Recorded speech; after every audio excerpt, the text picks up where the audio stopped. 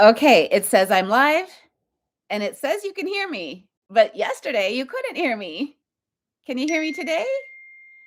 Can you hear me today? Okay, good. Yay!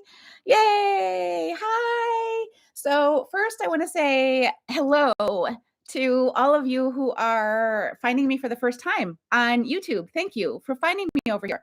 Um I have uh this event or this live set up that anyone can watch. We're just open to the public. So if that's you, welcome.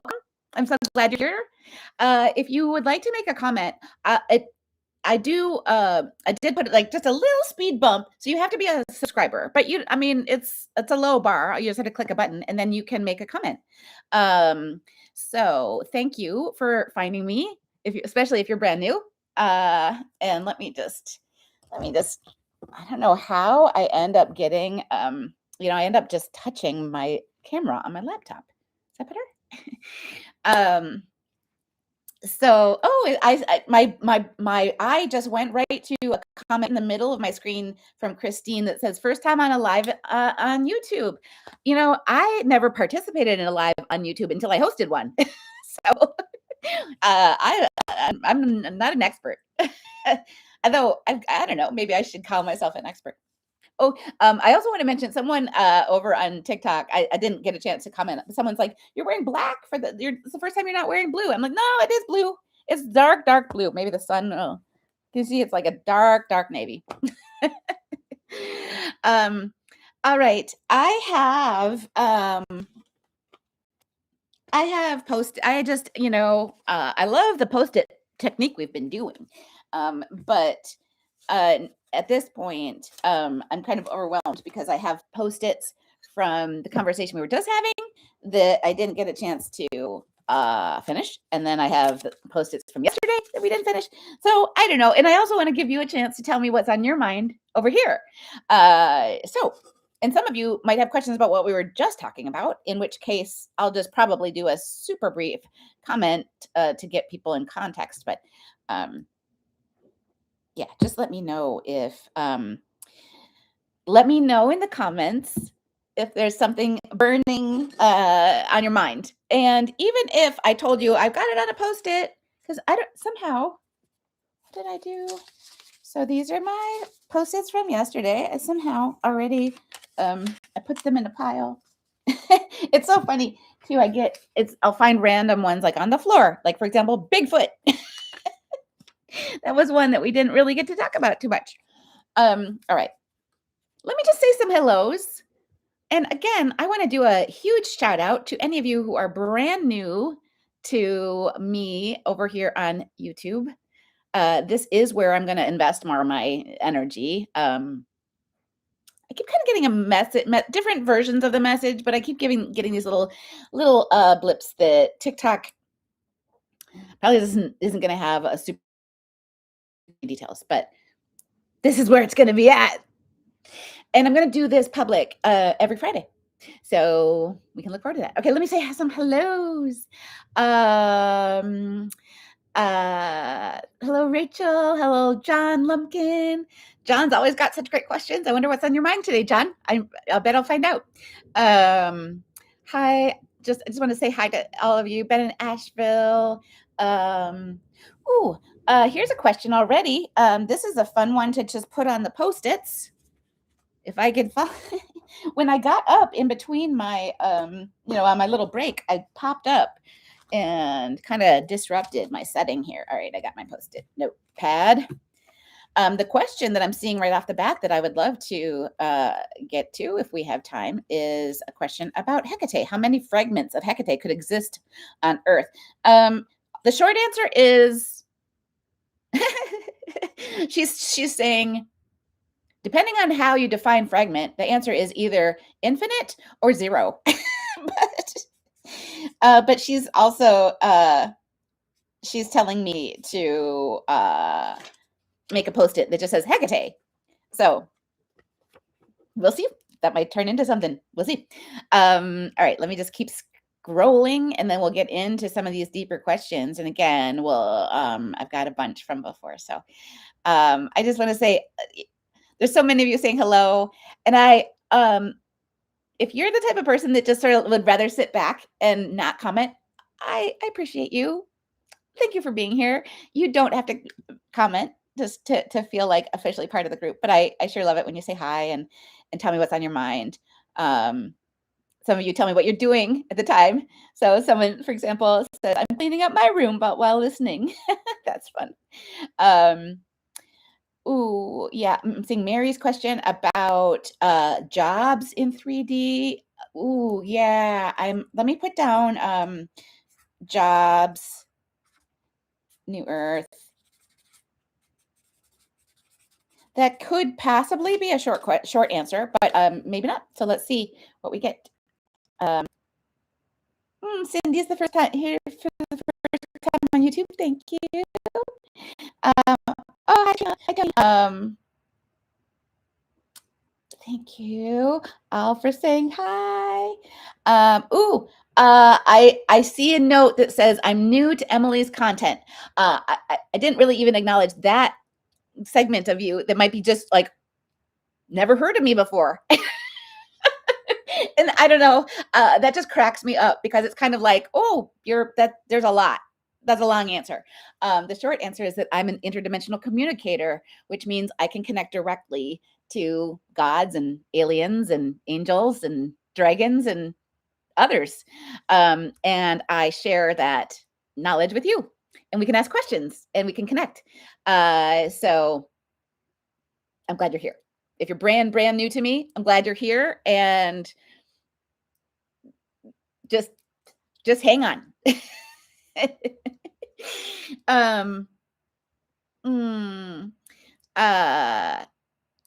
Carrie's asking about divine partnerships. I just love that topic. So yes. Okay, Carrie, I'm going to give you a quick answer to the rest of them. So divine partnerships, as we were just talking about over on TikTok, we've got Enki and Hecate, loving companions and partners. We've got Lilith and Prometheus. We've got Persephone and Hercules. Well, Persephone is a little complicated because her primary partner is Hercules, but she's like also in her goddess form, she's specifically connected with Hades too. So it's like, it's kind of mind melty, kind of brain melty. But anyway, Carrie's asking about Isis and Apollo. Yes, I can very quickly tell you what those partners are. So Isis is partnered with Shiva, which to me felt very like that's I think it was Angie who said, oh, that just feels like an extension of Source and Sophia. It's like, yeah, it does. That felt very natural. The Apollo connection, though, that's perhaps the most interesting to me, and especially once they told me context, because the partnership that Apollo is in used to be one of the biggest rivalries, and now they're like the tightest partnership, and that is Apollo and Gaia. So isn't that sweet? I like it. All right. Let me just continue to say hi. All right. Oh, hi, Jody. Hi, Allie. Hi, Sandy. Dale's here. Yay. Yep. Dale kind of answered Carrie's question right in the comments. Yep. Apollo with Gaia and Isis with Shiva. Yep. Hi, Ronnie. Hi, Gary. Hi, Terry James. Yes.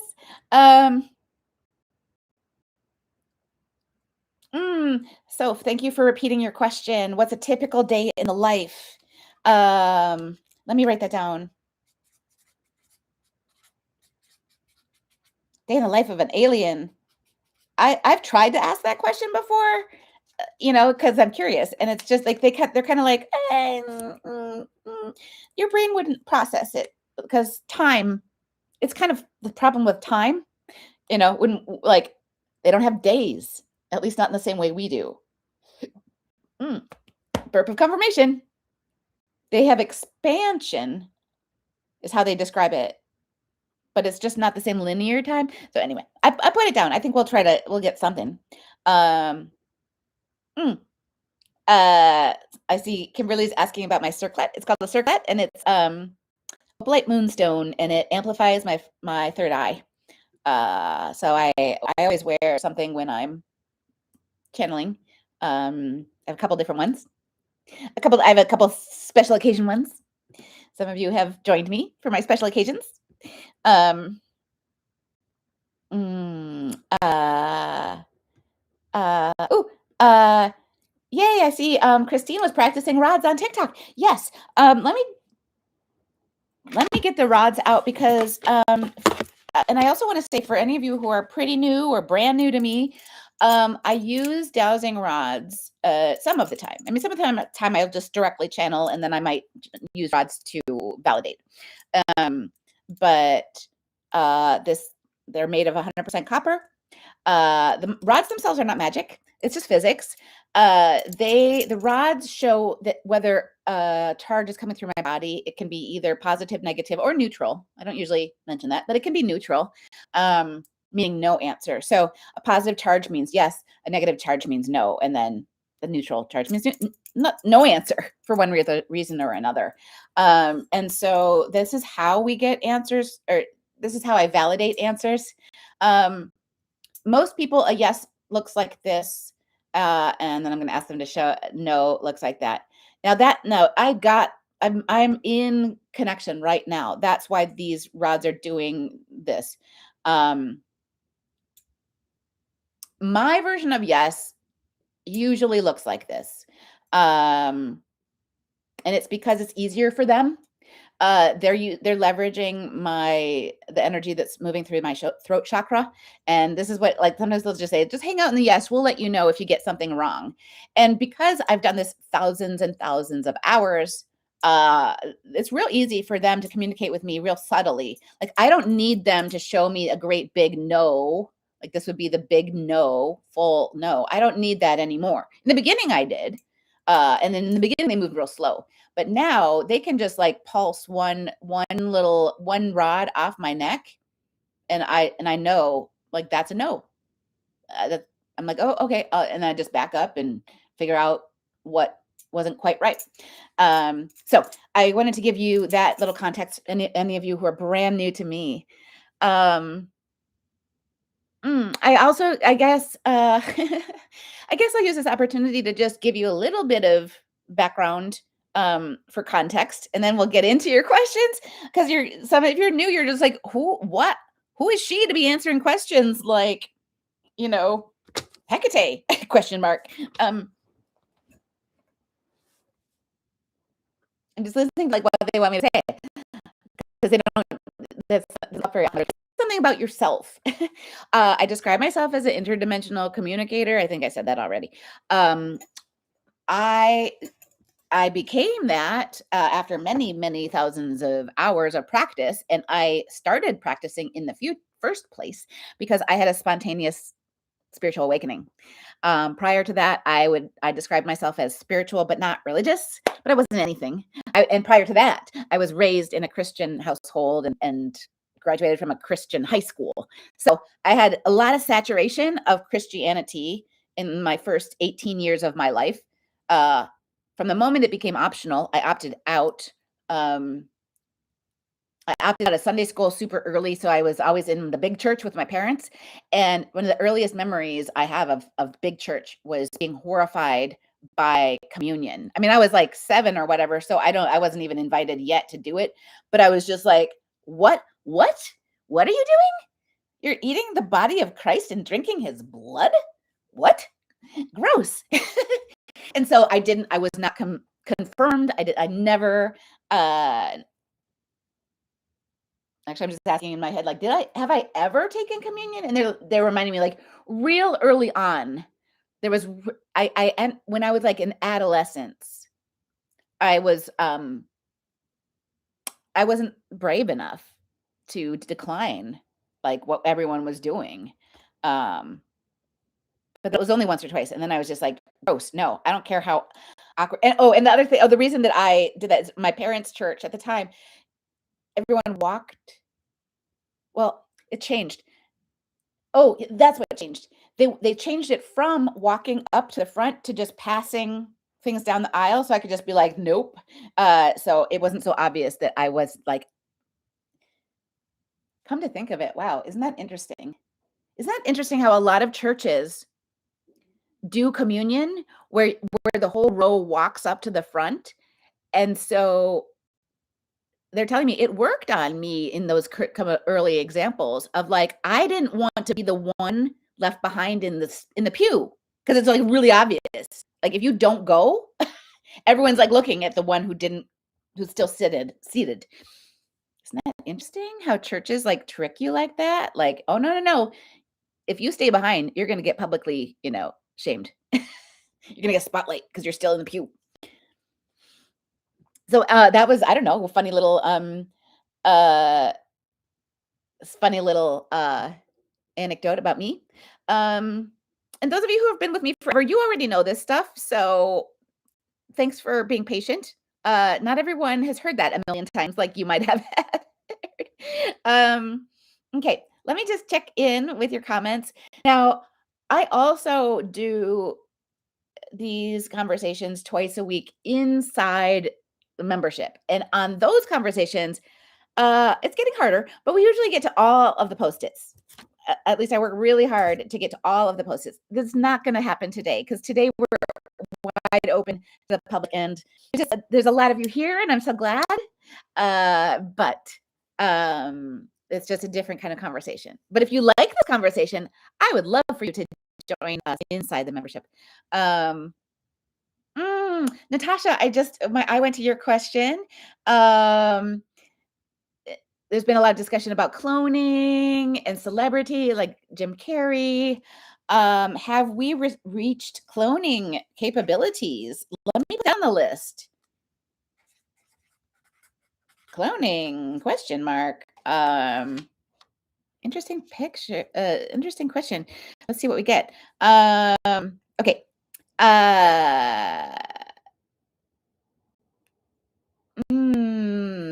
Dale, great question. Dale's asking about the land changes expected with Gaia's shift, less land, more water.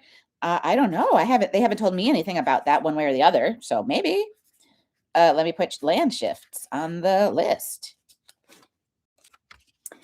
Um, uh, I see the suggestion for a video for new folks. Well, there are videos for new folks. I mean, this is going to become a video for new folks, but some of you are brand new literally in this moment. So I just didn't want you to be totally like in the just oblivious. All right, let me see what else you got.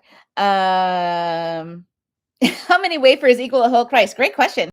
Great question, Deb. I don't know. It's pretty gross to me, any bit of it. um uh Oh, I see some of you. I'm catching up with your comments about communion. Yeah, isn't it gross? Why does that not occur to anyone? Why does that not occur to people of how gross it is? My mom, poor my mom just, she probably feels picked on by me these days. But not too long ago, I just couldn't help myself. I was just like talking about it, and I'm just like, Mom, it's so gross. It's so gross. Like, why are you not grossed out about the idea of, eating Christ's body and drinking his blood? And she's like, but it's a sacrament.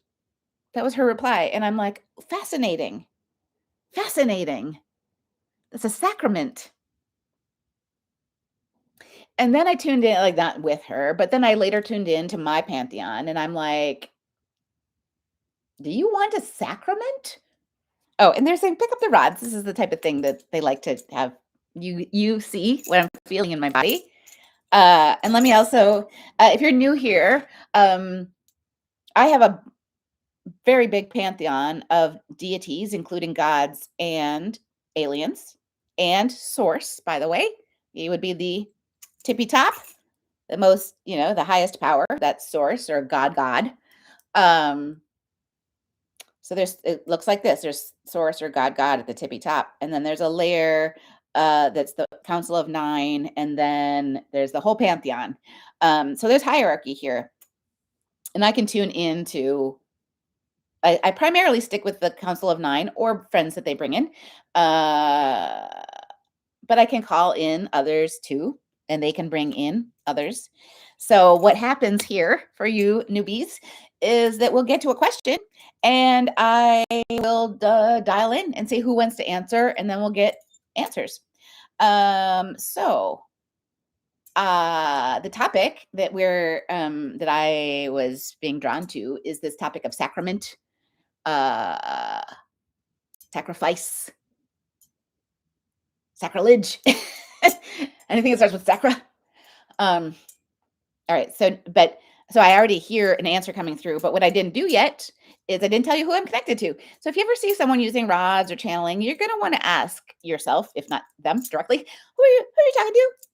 Because context matters. And not all of the members of my pantheon agree with each other. So every once in a while, I might be like, okay, Enki, thank you for giving me that answer. Now I'm going to check in with Prometheus. Let's see what he has to say. So not always, but sometimes. All right, let me just check something. I do have a moderator today, but again, I appreciate you being here, and I'm so glad that those of you who are new to me have found me. So now let's see who wants to talk about. Organized religion really is what we're talking about. Sacrilege, sacrifice. Oh, interesting.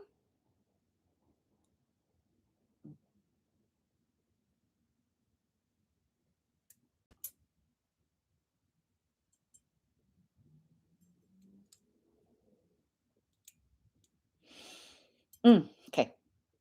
They were kind of arm wrestling. Sometimes they do that. Like they have different points of view, and so they're sort of like competing to get to the mic first. And I usually don't play favorites. I'm like, you let me know when you're ready. Okay, so who came through is Hercules and Enki. And Quetzalcoatl, who we were just chatting with over on TikTok. That's an interesting trio because Quetzalcoatl is by lineage, he's of the Enki lineage. He was created by Enki. He was sent. Quetzalcoatl, he's a Mesoamerican god. That's what we know him as today. But what he has told me is that he has walked the earth as an alien, several places on earth, but his home, quote unquote, his primary location that he went most often and he kind of lived sometimes, is in Tula, Hidalgo, Mexico. Oh, he wants me to stand by. Oh, sorry, this one. I wasn't sure which one he wanted. He wanted this one. This is a piece that I got in Tula when I was just there recently. And this is how he is depicted on this piece. This is meant to be Quetzalcoatl. Now, the piece obviously has damage, unfortunately, right in the middle of his body. But what we can see is that he's got an alien head. See it in profile? And we can see he's holding a staff, which is really common in Egyptian symbology. He's got two hands, two arms holding the staff there. Right below the damage on the bottom, you can see 2 feet. And then over here, two wings, 2 wings. So this is meant to be Quetzalcoatl. He definitely looked like an alien. He walked the earth. He had 2 arms, 2 legs, and 2 wings. He wants you to know that. Okay. He just wanted that to be part of the conversation.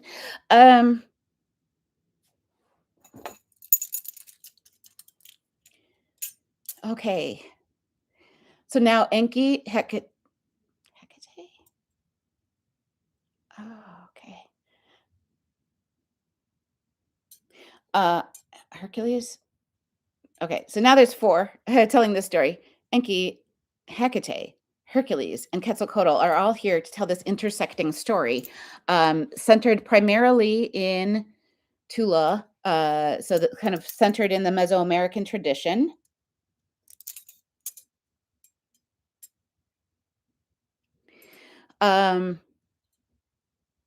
Well, what we excuse me. I don't have water nearby today, but I have coffee. Iced coffee. Spring has sprung in my house if I'm drinking iced coffee. Um, all right. This is a complicated story, but they're interested to tell it. So here we are. Well, one of the things we learned yesterday that I'll bring you up to speed on is that Enki, well, again, Enki is the deity responsible for enhancing our DNA to the point where humans now have consciousness. If he hadn't done that, we would we'd be like cavemen or a little bit, like we wouldn't be nearly anywhere. We wouldn't have consciousness for one thing. We'd be like maybe a little bit more like I don't know. They're showing me like dogs.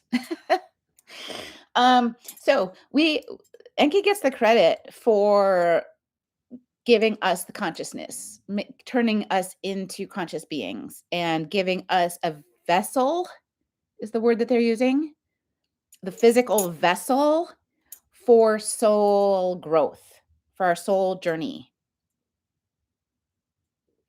Hang on.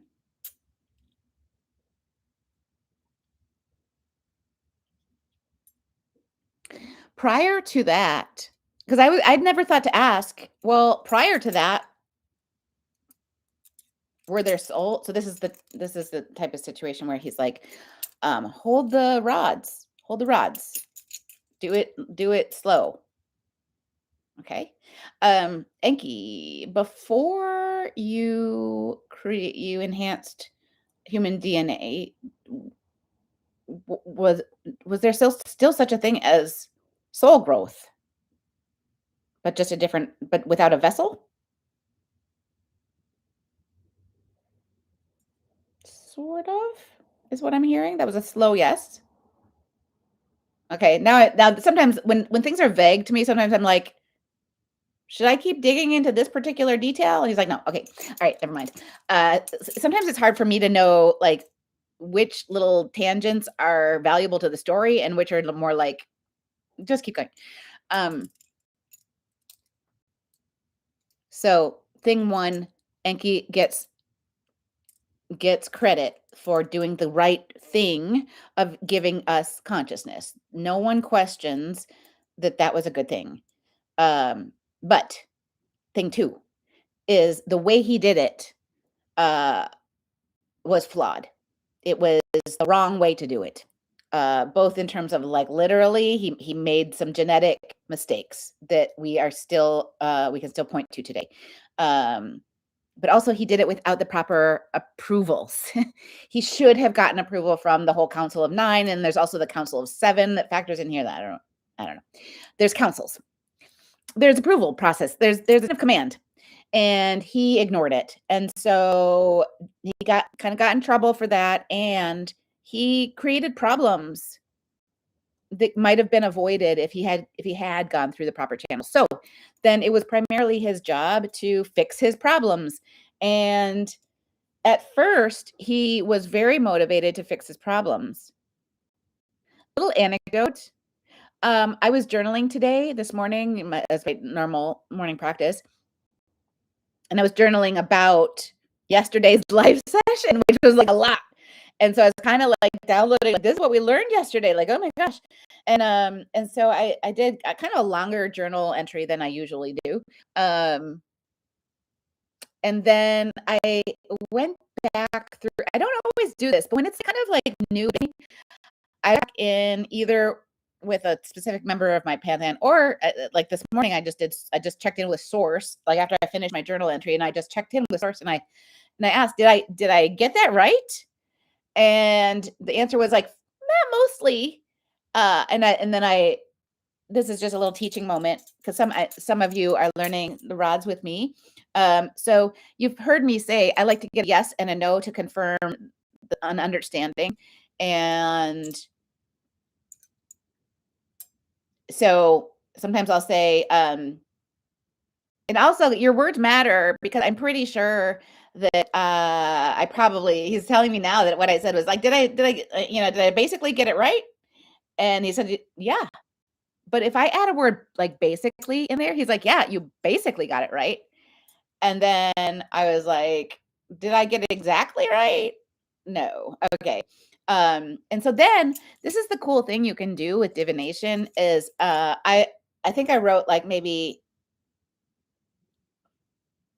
3 pages. I don't know. I don't remember how many pages, but I just went page by page and I just like in my brain, I was just like, okay, so there's something to correct. Is it on page 1? No. Page 2? Yes. So then I like looked and I kind of had written my journal entry on page 2 in kind of like maybe four chunks, 4 paragraphs.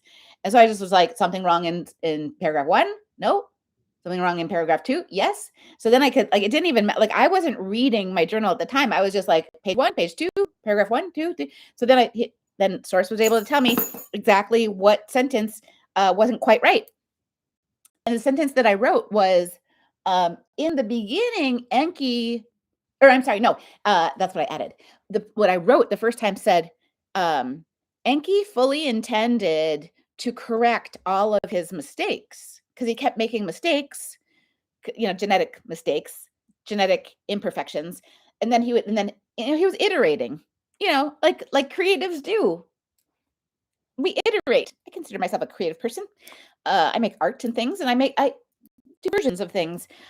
So Enki was iterating, and so anyway, what I had written in my journal was Enki fully intended to correct all of his mistakes, and then what source told me to do is add, like a little proofreading mark, like add insert, um, uh, at first, like in the beginning of his process, uh, he fully intended to correct his mistakes. But then, and I'm kind of this is where I'm hearing a little bit of a disagreement in how to explain it. The way Enki says it, I'll just give him the mic first. Enki says yes.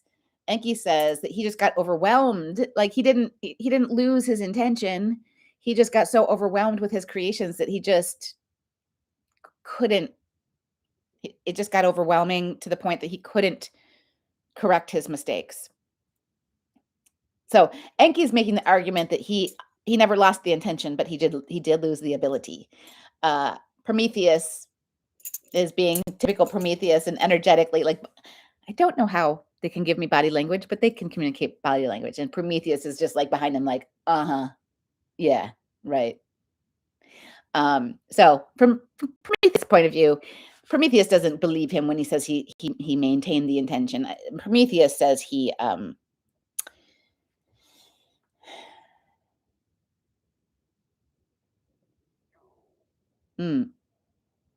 I'm hearing until it was too late.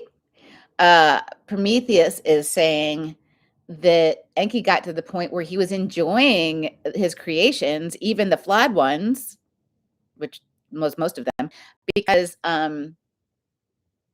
that's how lineages work at first, is that by default, all of these offspring all report up. It is essentially a pyramid scheme. The more offspring, the more, energy sources. And so Enki was getting stronger and stronger and stronger in terms of the game, the cosmic game, because he was having all these offspring who were then kind of going out and building communities on Earth that would worship them. So Enki had this sort of all these troops of individual gods that were getting worshipped in these little communities. Now, what started to happen is competition and jealousy. And so that, oh my gosh, interesting. Enki is explained to me now, kind of reluctantly, uh, partly because Prometheus is like, um,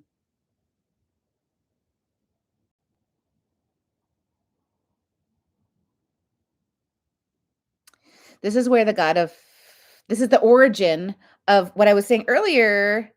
I think it was when I was on TikTok still, but I said earlier that Enki's lineage has two like funny, like weird things that they do.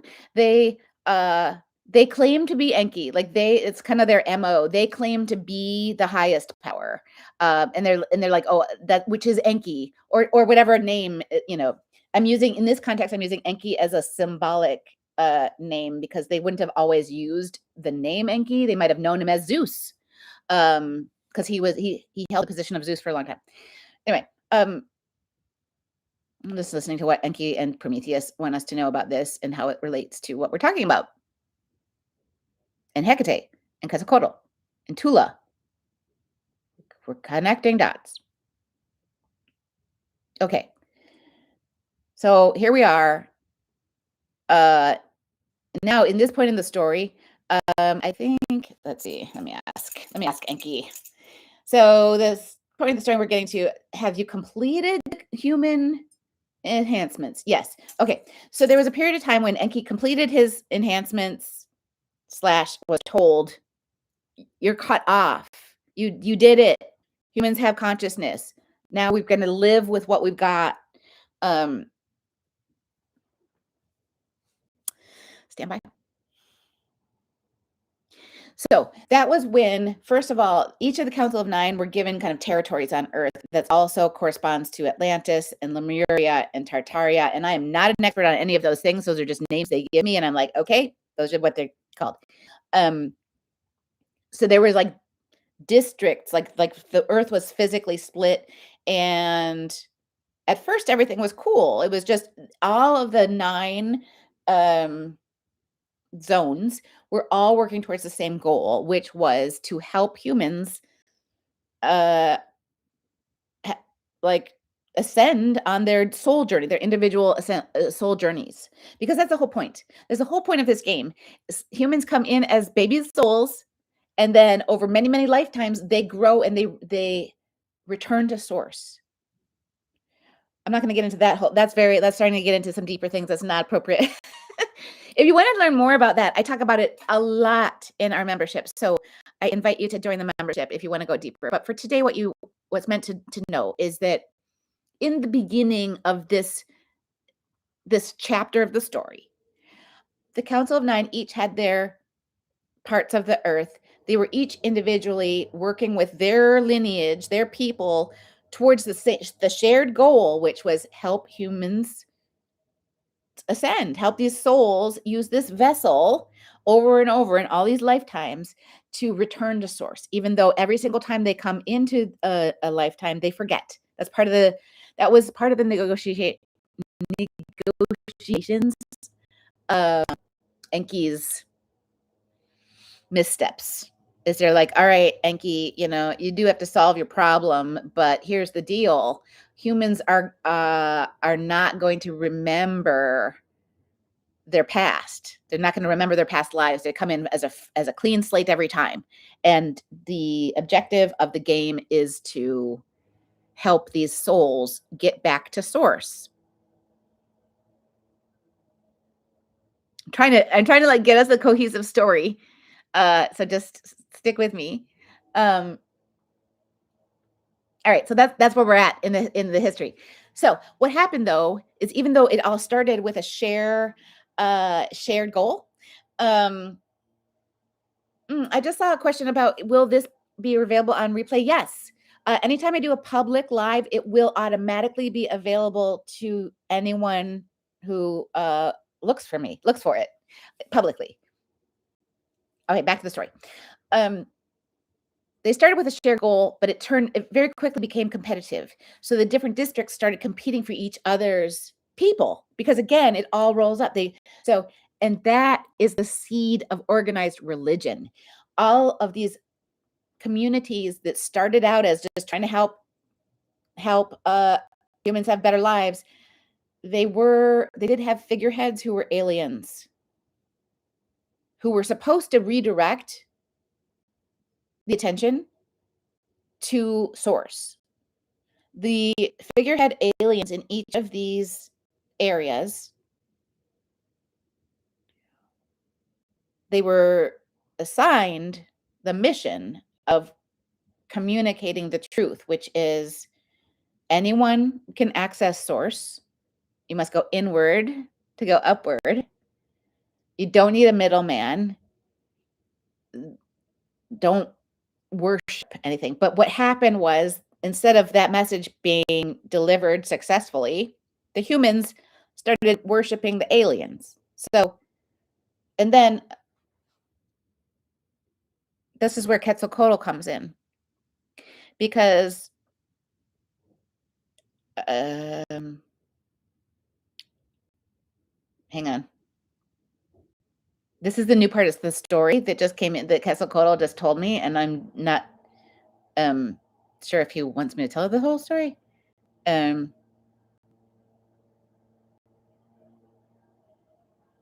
okay. And then we'll get on to other post-its. So thanks for hanging in there. So here we are at this point in the history when these different parts of Earth were battling each other, and it had kind of devolved into organized religion. And so then Enki was sort of tasked with fixing, once again, Enki, the problem is existing because of you. So you the burden falls on you to correct it. So then he sent, for example, Quetzalcoatl.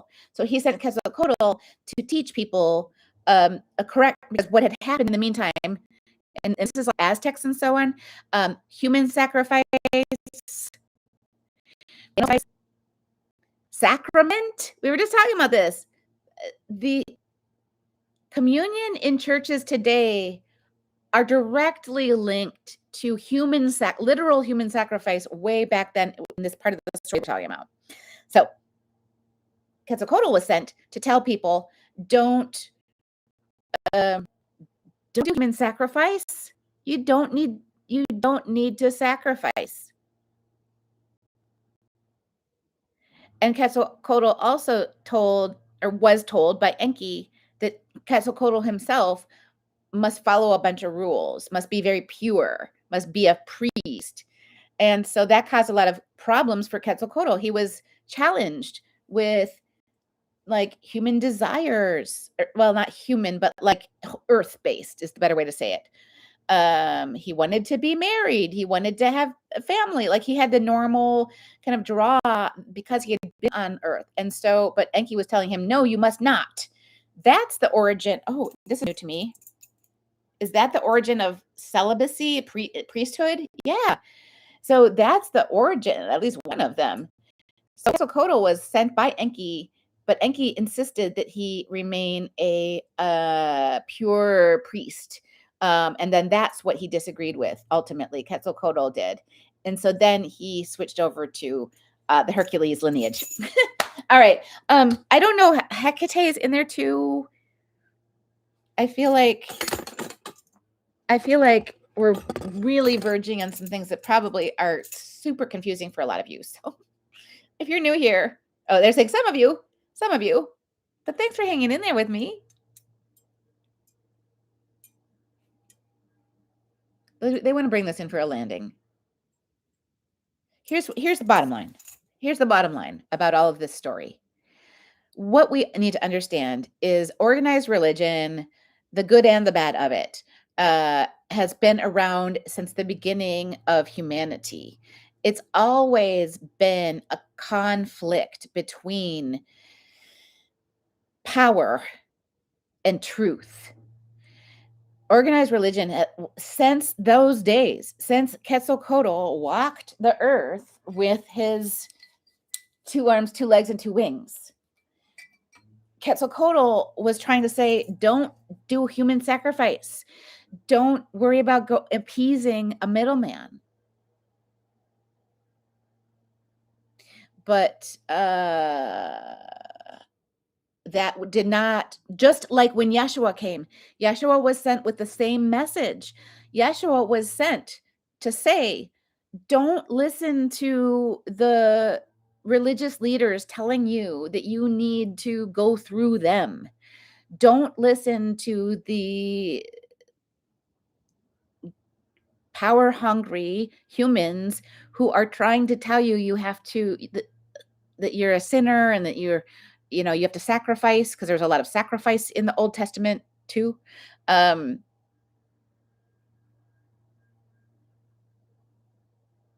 so Yeshua came to warn us against this false god, these false gods.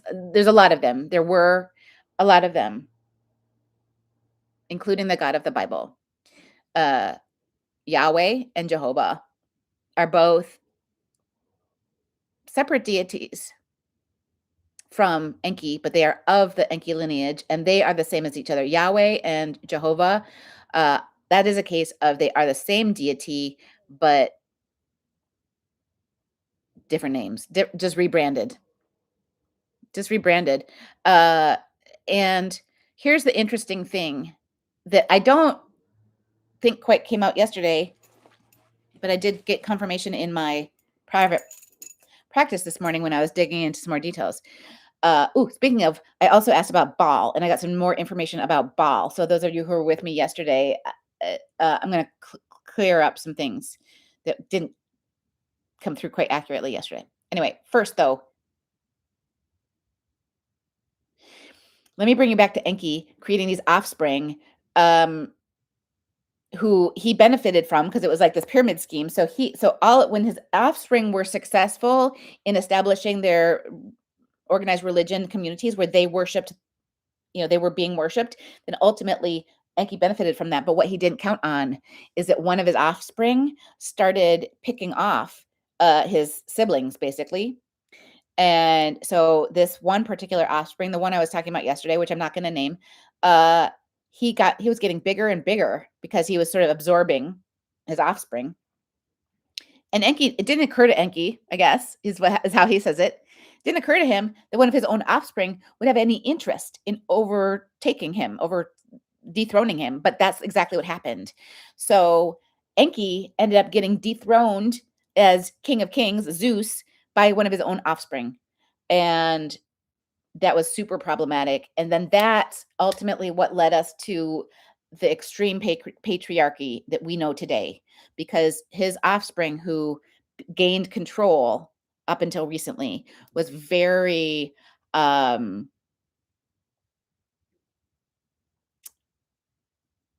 he was the god of, still is, the god of patriarchy, the god of, he became known as the god of organized religion because that's what he had done kind of in the background, is he'd kind of all these little religions that had popped up, because as you know, we know that in the ancient times there were many, many, many gods. Each community had their own gods, some more than one, many were polytheistic, and they were all real and still are, but each individual god was only as strong as their communities. So even as certain gods came in and said, "Oh, no, no, no, there's no more polytheism. There's one God now, and this is his name."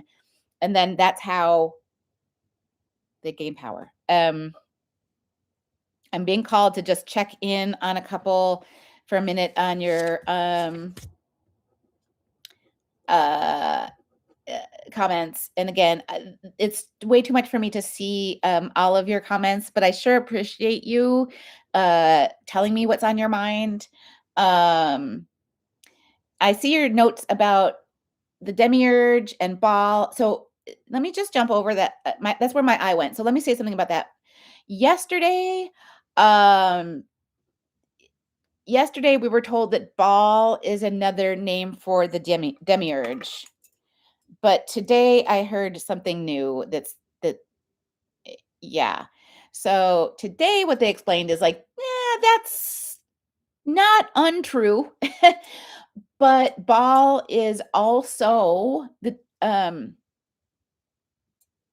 the reason that they told me yesterday that Baal was just another name for the demiurge is because they know I have a soft spot for the demiurge. The demiurge is not what we've been taught. I mean, if you think you know something about the demiurge, you probably don't, unless you heard it from me already. But the demiurge is the god of suffering, loneliness, and despair. That part is true. Maybe you've heard something that can fit that. But what you might not have heard is that he hates his job and he wants to retire. He doesn't want any more. He doesn't want any more optional suffering. He doesn't want any more loneliness. He doesn't want any more despair. He wants us to cut him off. Um, Now, Baal, on the other hand, they're saying hold the rods. Baal, yeah, they're saying it overlaps with the demiurge, but specifically, Baal is an expression of the god of organized religion. Baal is another name for the god of organized religion. So it's like the name was used. So this doesn't happen very. This is actually, I think, the first time they've told me this happened. The name Baal is used for to represent two things. One, another name for the demiurge. Two, an actual deity that is of Enki's lineage. Enki's lineage, yes. That same as Yeshua. Sorry, I hate, like, they think it's so funny. They sometimes have me slip up. They know I mean to say Yahweh, and Jehovah.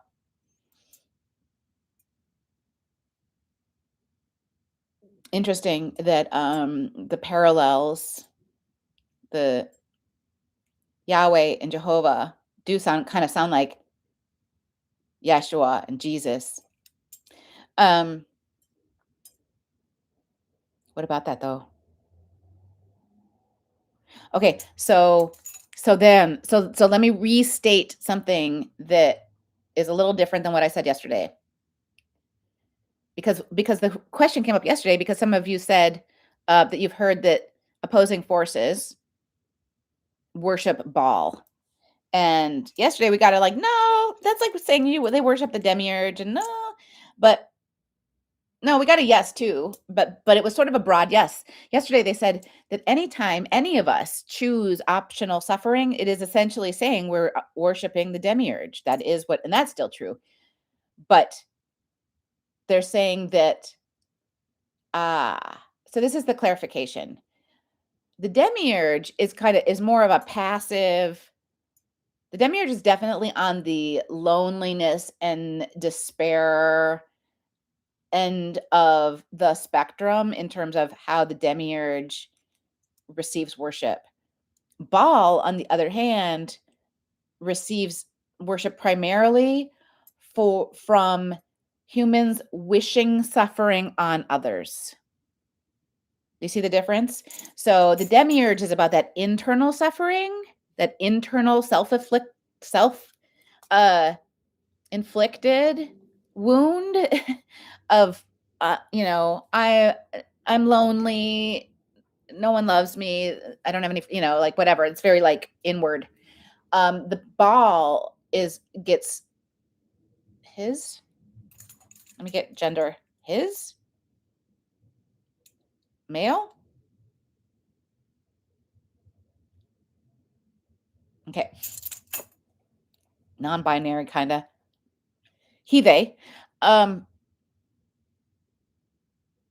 Baal gets worship from the end of that spectrum that is humans wishing harm on others, and also humans choosing something that benefits them or their interests, even though it would harm humans and or the planet. So from that perspective, absolutely, Baal is worshipped by opposing forces, by people that we would label as evil in the world.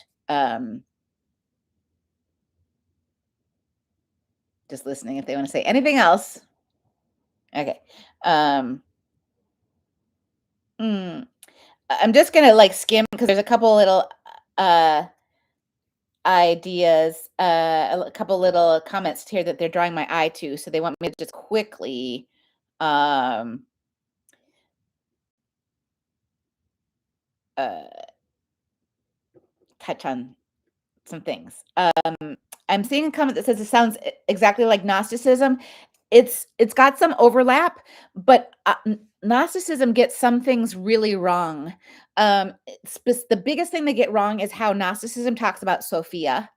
So they say like Sophia created the demiurge. No, humans created the demiurge. So yes, there's some overlap with Gnosticism, but not all of it.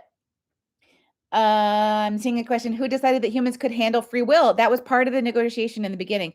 We were the deal was that we would be born forgetting that we contain a spark of source, and we would have free will. So in our return to source, in our journey, every step of the way is a meaningful choice, because our soul journey wouldn't mean anything if we didn't have free will.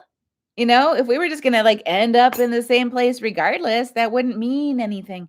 So, so I guess the answer to the question of who decided, it was technically Source, because Source, when like, Source Source is not, exactly like the benevolent God of the Bible. I mean, again, as we said, the God of the New Testament is Jehovah, is of the lineage of Enki, um, who goes by a different name today. He goes by that other name that I won't mention. Um, Hang on.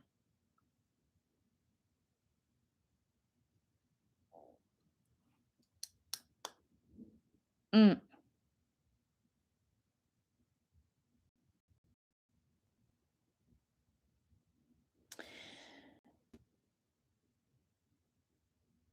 Stand by.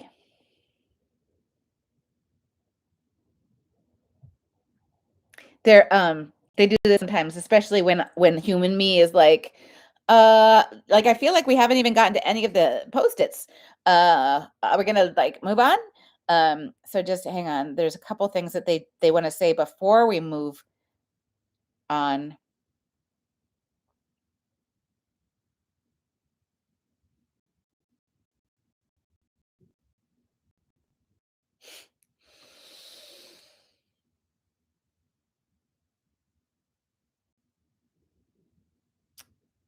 Okay, they're kind of fast forwarding me to in the story. They're bringing, because I was like, did we finish telling the story? Because I thought that Hecate was going to come into the story, and I don't really think that she did. Um, she was one that stayed behind in the form of Anubis.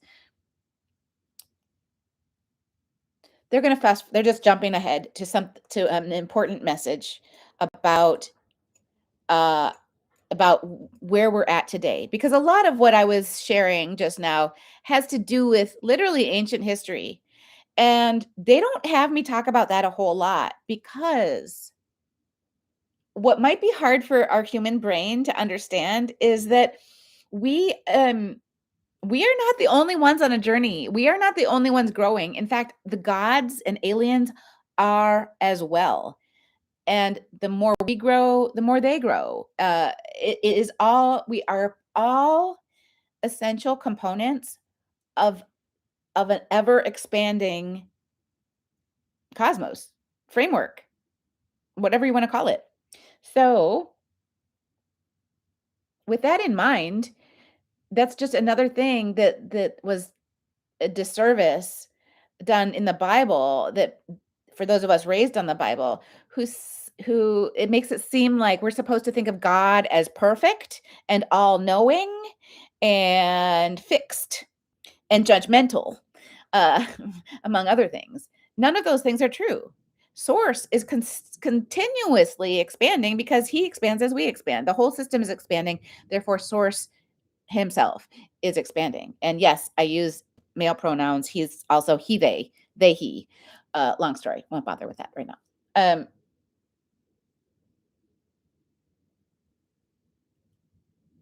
The other thing that's a huge disservice in the Bible is it discourages questioning. It implies that we would never be lied to, uh, and that we should just believe what we read. The opposite is true. Our pantheon, if you're doing this work with me, you already know this.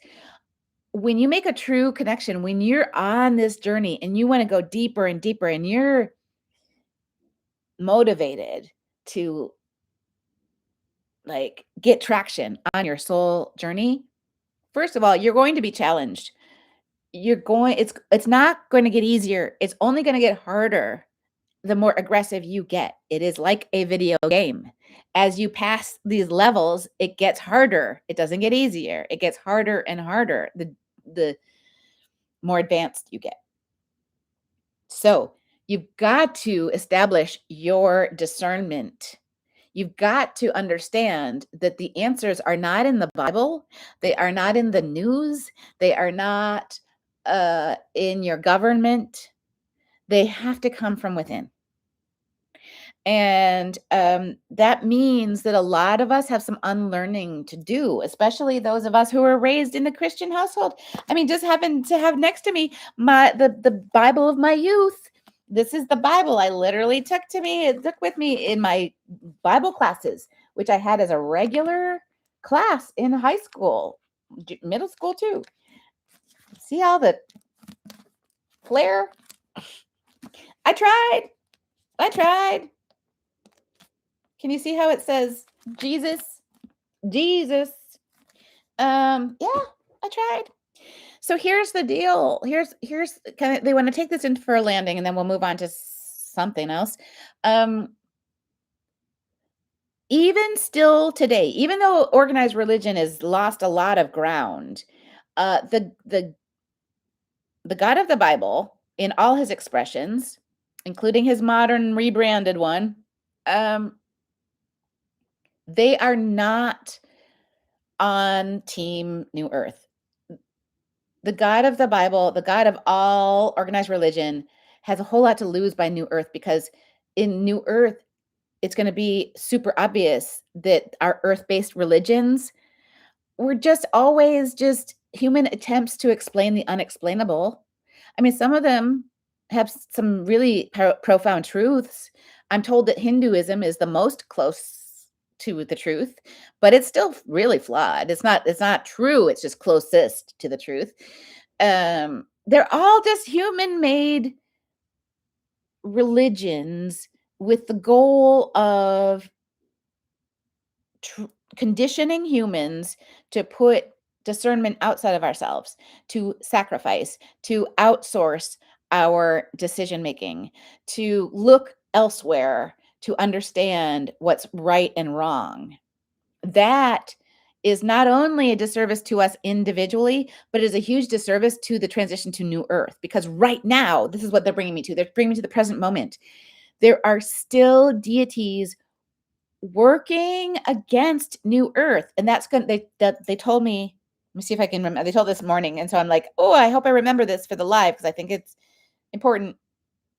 There are three red flags, three big warning signs for a false god or an anti-New Earth god who is in communication today.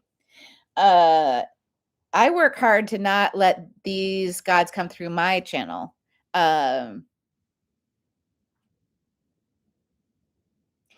You can choose if you're doing this work with me.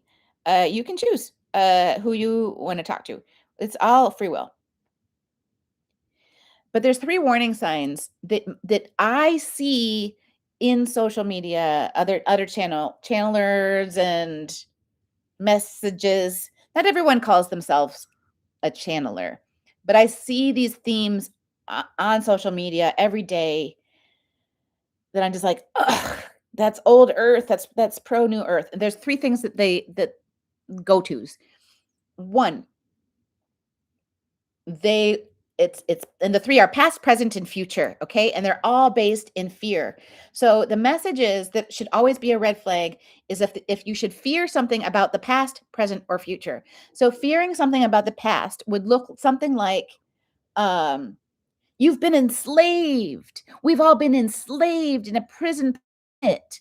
All we've been in this loop, like the past. The past equals enslavement.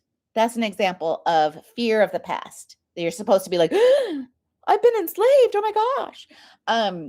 That's fear of the past. Fear of the present is just a version of that. You are already, like you are presently being held down, by the aliens or the gods or, boogeyman, bad guys. And so you need to you're currently in a cell. You're locked up.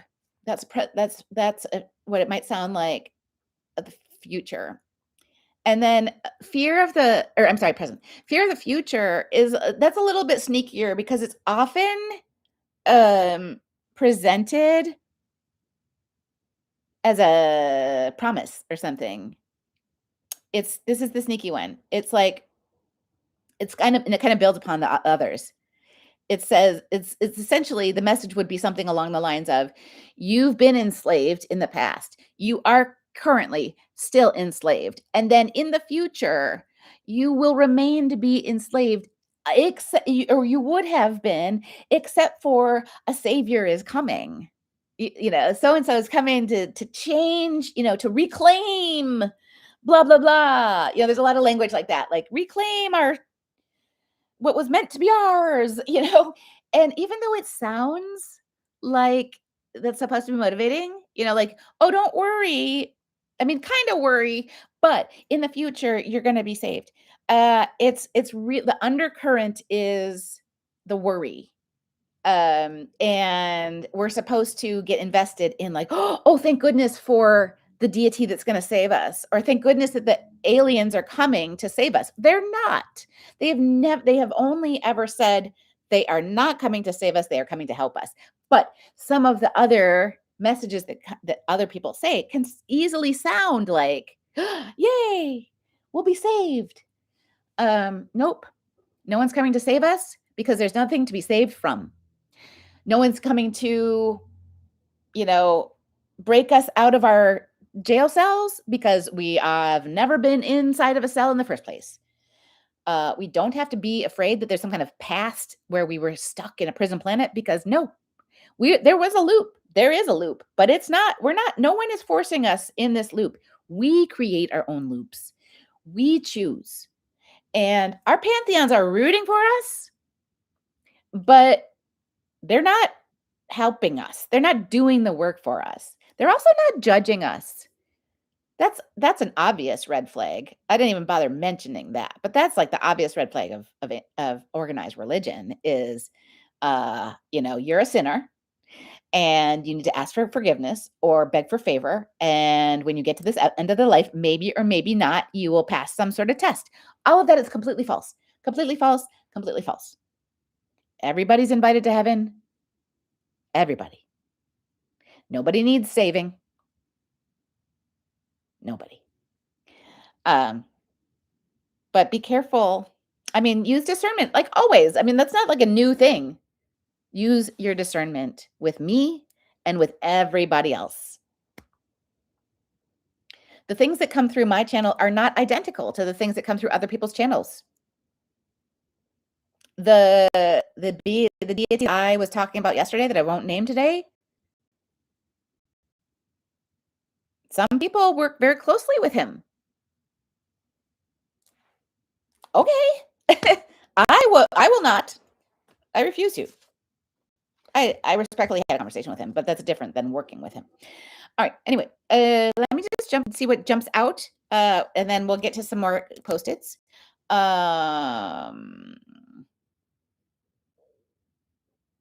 Okay. A lot of people are asking about like New Earth.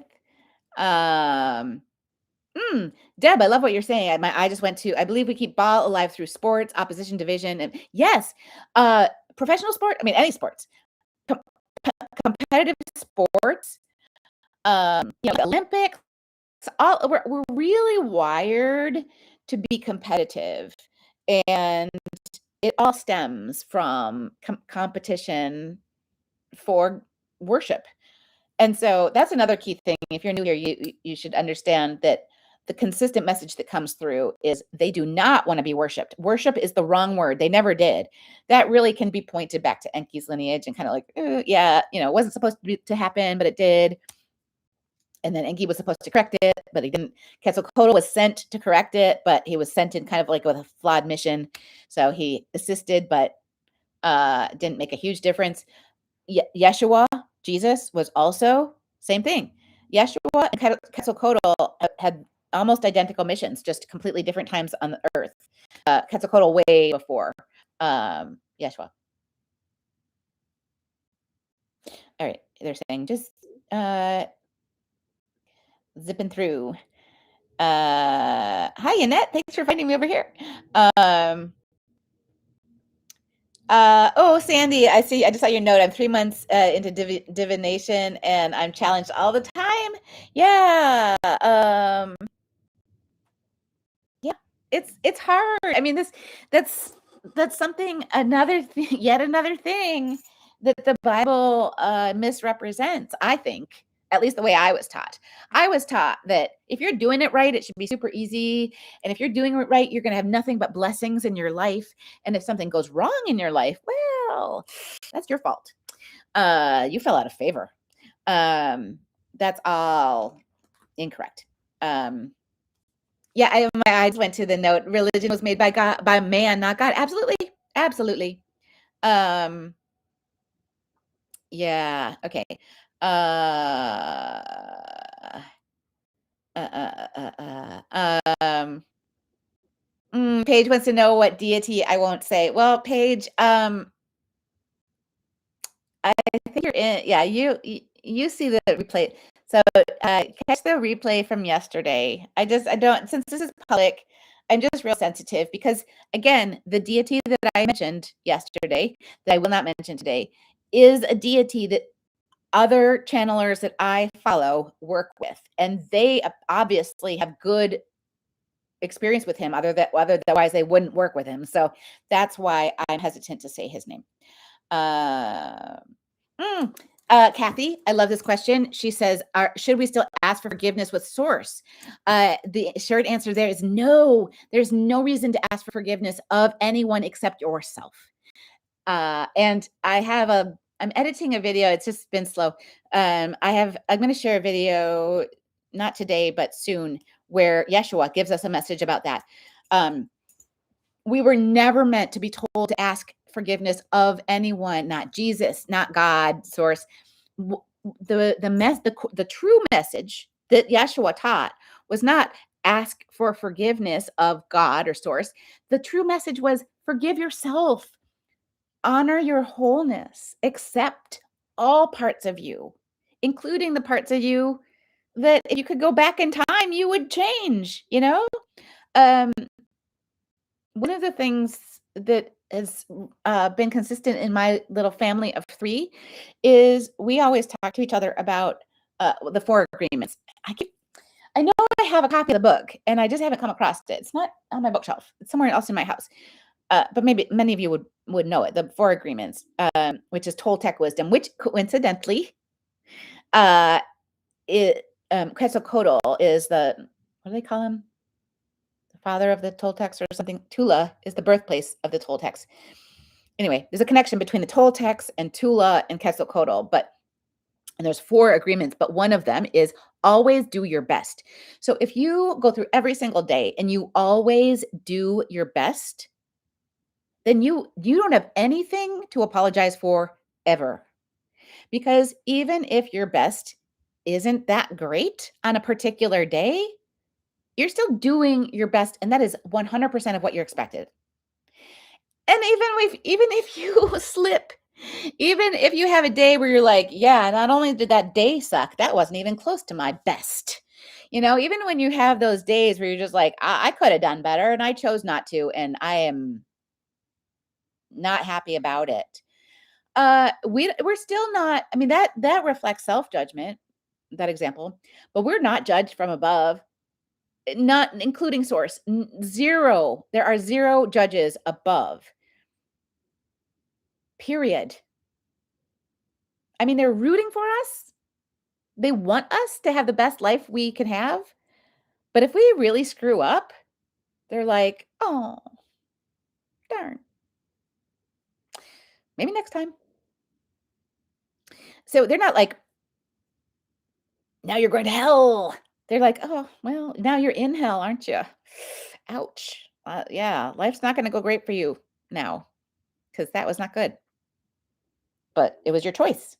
Free will. Okay.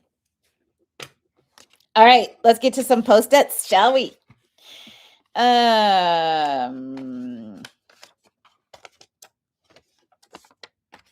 it's funny because I have ones from earlier today. I have ones from yesterday.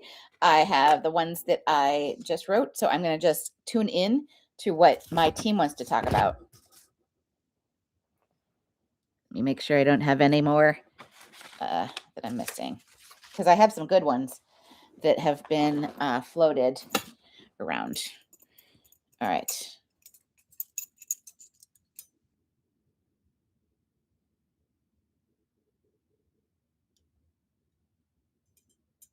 Actually, before I get to a post-it note, I just want to comment. I just saw this note that says people need to start stepping into your own power. Yes. You are God, you are source. No, at least that's what I believe. Let's see what they say. We need to step into our own power. Yes. Is it also accurate to say that we are God, we are source? No. And then you go on to say deities and gods, quote unquote, are just spiritual celebrities. I mean, you're not wrong, but they're not just. They are spiritual celebrities. But um, interestingly, I'm so glad you made this comment, Earth Style Wind. I'm so glad you made this comment, because this is another way. This is like one of those sneaky ways that we're sort of attacked from both sides, because it's easy to see the flaw, at least for those of us in, drawn to this conversation. It's real easy to see the flaw in, traditional, like, you suck, you're a sinner. That's for many of us, we're like, obviously that's wrong. But there's this opposite effort also from opposing forces that try to tell us the opposite of you are God. You are source. There is no other source. You are it. You are it. That's it. That is also misleading. That is also tricking us, or attempting to, into believing something other than there is absolutely a highest power. Yes, you can name it whatever you want. I use the word source. The aliens use the word source. Many people use the word source, but you can name your highest power whatever you want. You can name her Sophia. You can name her Mother Earth. You can, I mean, conceptually, many people have named him Enki, Shiva, Zeus. You name your highest power whatever you want, but there is absolutely a highest power, and we have a spark of source inside of us, but we are not the same as. So thank you for making that comment, because that's an important distinction. We are not, don't fall for the propaganda that says, that both ends of the spectrum. Don't fall for the propaganda that says you're a sinner and you're flawed and all that, but also don't fall for the propaganda that says there is no other God but you. That is essentially love bombing at a grand scale. And it's not true. Oh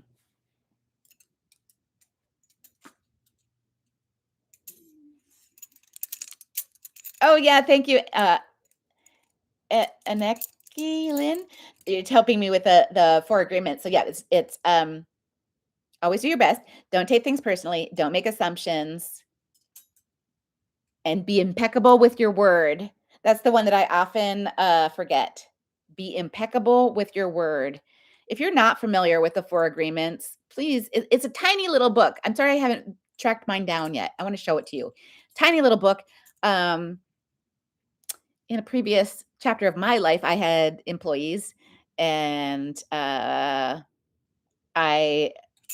one year I designed a little plaque for everybody's desk that had the 4 agreements.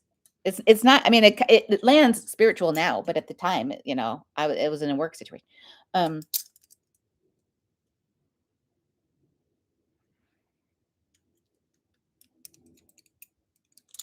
Oh, okay. Thank you for the additional comment, Earth Style Wind.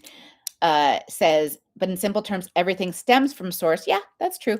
And is a part of source. Yeah. Um, yeah, you're part of a greater whole. That's a great way to say it. Yeah. We have a spark of source in us is the way is the best way to say it. We each contain a spark of source, but wrapped around that is our soul journey. So we're not on the journey as source. We are on our journey as a soul that contains a spark of source. Okay. Uh yeah, Dale's chiming in. Yeah, a lot of spiritual folks go down the I am God route. Yeah, I mean, yeah, we each contain God. So it's like not wrong fully, but it's not a useful construct. It's not going to help you grow by taking on the mental I am source. That's not going to help you grow. Mm-mm. I mean, probably not. I guess I shouldn't. They don't like me to speak in absolutes unless they've told me to. And that was a human absolute. So, um, okay. Now I'm going to tune back into the post-its. I'm going to hear what they.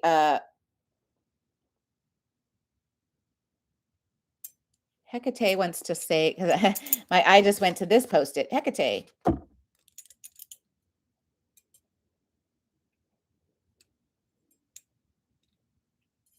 She wants to say something about her expression of an as Anubis. Um, some of you know I've been collecting artifacts that depict aliens and Mexico, and I have at this point I have several that depict Anubis. Um, and nothing that I can easily grab. But Anubis is of the lineage of Hecate, and it's interesting because she definitely identified as male back in the day. Shoot, I don't have my Egyptian deck. What happened to it? Maybe I've got her anyway. Anubis, when I met Anubis last year in the context of the um, Egyptian pantheon, she introduced herself to me as feminine. And oh, I'm sorry, I don't have my little booklet, but what I do have is my iPad, my trusty iPad. So let me show you a visual of how Anubis introduced herself to me. And again, the reason why we're talking about this is because Anubis is of the Hecate lineage, and was Anubis came first. Anubis was one that walked the earth back with Quetzalcoatl and Enki. Well, what we learned yesterday is Enki, Enlil, and Hecate as Anubis were the three that did not depart Earth when Source asked them to. And if for those of you who sometimes ask questions like, well, why didn't Source just force them to leave, or why doesn't Source just why does Source allow such and such? And the answer is because Source doesn't allow anything. Source doesn't meddle. Um, Source Source established the framework for the game. And those of you who go deeper in the Adult Swim conversations, we talk often about, we use the term game. Source created the game, but Source does not meddle in the game. All right, here I've got Anubis. So this is the, oops, there we go. This is how Anubis introduced herself to me last year when I was meeting the Egyptian pantheon in preparation for our Divine Egypt at the Met. So isn't she awesome? So this is how Anubis identifies today. And again, some of you are brand new to me. I have a whole bunch of um, renderings of gods and goddesses and aliens. And if you're wondering how I got them, well, it's obviously AI. I interviewed them and asked them questions about what they wanted me to put into the AI prompt because as a starting point, and then they gave me feedback until they were happy. Okay, we're gonna go a few more minutes. There's so many good questions and comments that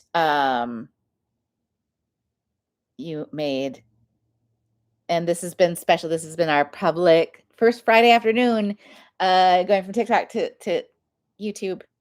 It's a lot of energy here, so if I feel like a little more distracted than usual, it's because of that. Um, uh, all right. Um,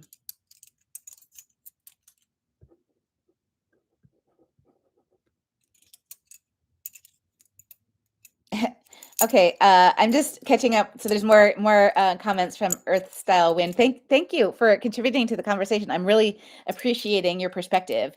Um, you're saying you shouldn't be giving your power to gods.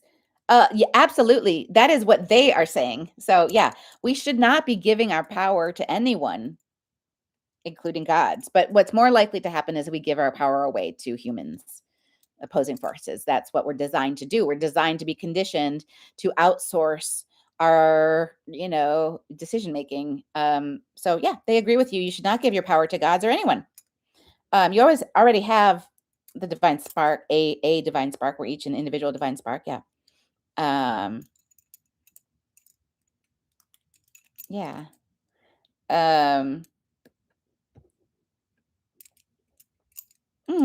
I'm sorry to see your next comment. You say you think some of you are thinking like you're better or above others. No. I mean, I know you're new here, but that is like the opposite of what we talk about. So I'm glad you're here. Thank you for contributing.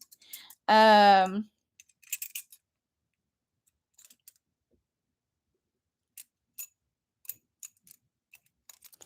all right. Thank you again for being with me today. I'm just listening to where they want to end because they usually kind of come in with an ending thing.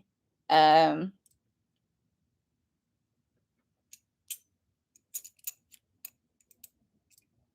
hmm. uh, Uh, I see your comment now. You're commenting on the Galactic Federation. So now I definitely have to comment on that because that's the team that I work with. The Council of Nine is the leadership team of the Galactic Federation. So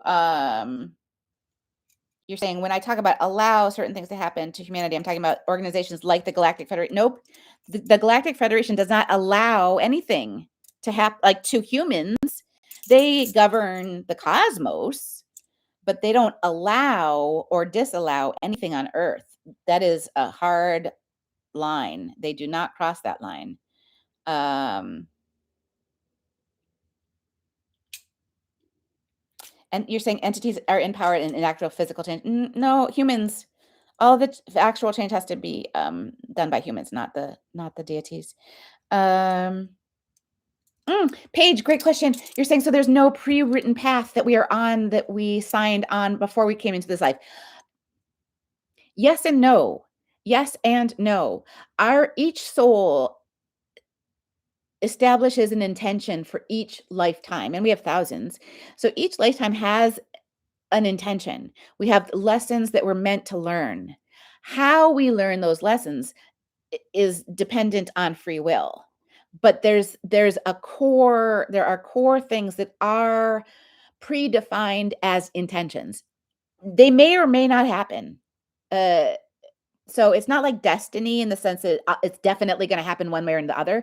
It's more like it's inclined to happen. You might have to go way out of your way to make it not happen, but it's not guaranteed. It's not guaranteed.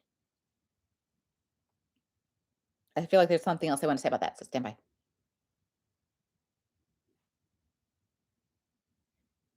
Mm, I'm not going to go into the detailed story, but they're just telling me to give you the little anecdote. The best example I can give you is that my soul before I was born, my soul decided, agreed on, set the intention to learn what it was like to experience the death of a child. That's what my soul signed up for. Now, my son did die just before his 4th birthday. He died of cancer, leukemia. Um, but prior to that, he almost got, it was like a year or so before that, he was very, very close from getting hit by a car, and it would have been 100% my fault. He didn't, but it was very close. But that's a really good example of how my soul signed up for the experience of the death of a child. It might have happened in the parking lot when he was 2.5, almost 3. Instead, it happened when he was almost 4 of leukemia. So that was free will, his free will, my free will that came into, and the driver's free will for that matter, that came into play in this parking lot. That was not what was meant to be. So that's just an example. All right, Sphinx is what I'm hearing before we say goodbye. Sphinx. Thank you for putting that in the comment again, because that's what triggered.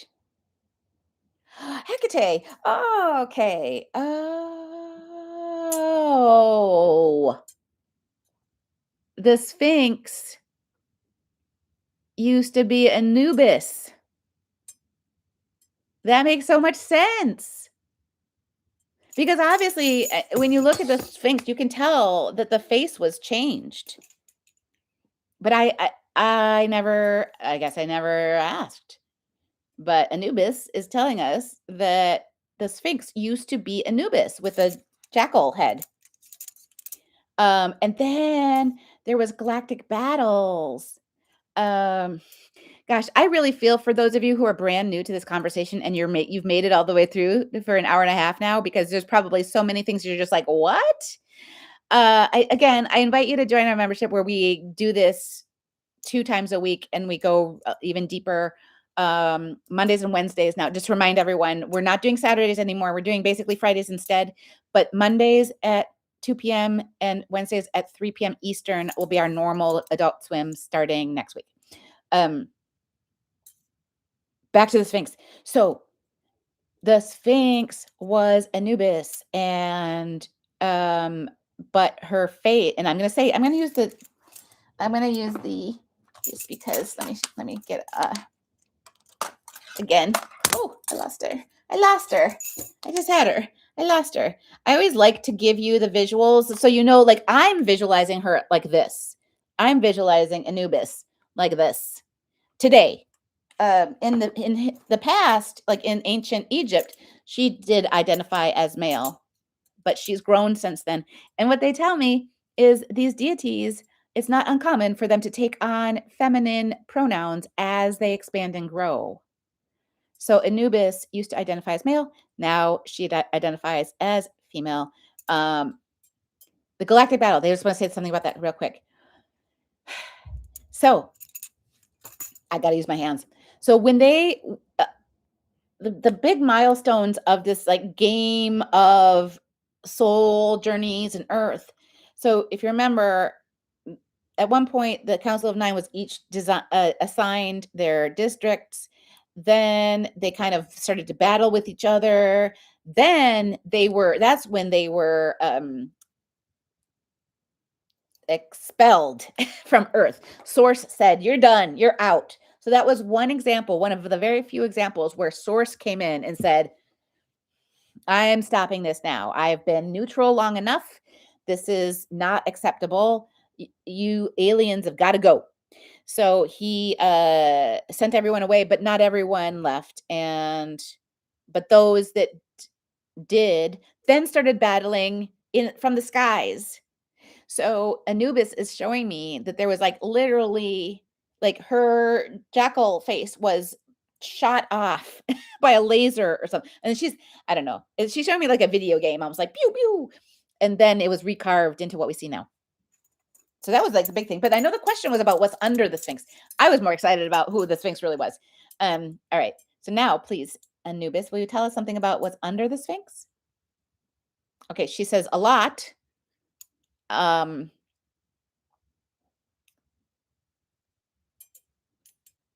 is there a spaceship under the Sphinx? She says there's a spaceship under the Sphinx. By the way, oh good, I do hear it. Let me end on this note. Uh, let me end on this note. Because I did mention that when I asked the question, which organized or actually the first question I asked is are any of the world's religions correct? And I got a no. And then I asked, are any of them close? And I got the answer of Hinduism is the closest, but not for the reason you might expect. And I'm like, well, the reason I would expect is that like Shiva is pretty close to source and whatever. And they're like, well, yeah, I mean, that's not wrong. But they say that the main reason that they identify Hinduism as uh, most accurate is because even today, they honor a particular shape, and it looks like this. It's called Shiva's lingam, right? You're familiar with it? Familiar with it? Shiva's lingam. They have these in temples. You usually see the top half. It's usually kind of like you're seeing this much because they're embedded. But this is the whole shape, and they call it Shiva's lingam. But I mean, okay, does it, let's just use the logical part of our brains for a minute. Is this a shape you would call a lingam, as in like phallus? That's not what I would call it. Um, I'd call it more like tic tac shape, not TikTok, tic tac. And that's exactly what it is. It's the shape of a tic tac UFO, which you probably have heard of. And if you haven't, you can Google it. Tic Tac UFO is a category of UFO that is documented. It's known. The government now acknowledges it. And so there's at least one, and it's a labyrinth. There's a Hindu labyrinth buried underground that in the middle of it is an actual Tic Tac UFO, and that is what inspired what is still to this day known as Shiva's lingam. That is why this shape is seen in these temples. And it's not because it's actually Shiva's phallus. It's because it's a Tic Tac UFO. And then that's just a really good example of what's happened in so many religions where there was something real and they just like rebranded it. They renamed it to something that's sort of digestible in a way. So like it's kind of a digestible, I guess, which is actually still also funny to me. Like UFO was too much, but talking about God's penis is it's okay. Cracks me up. So I guess that is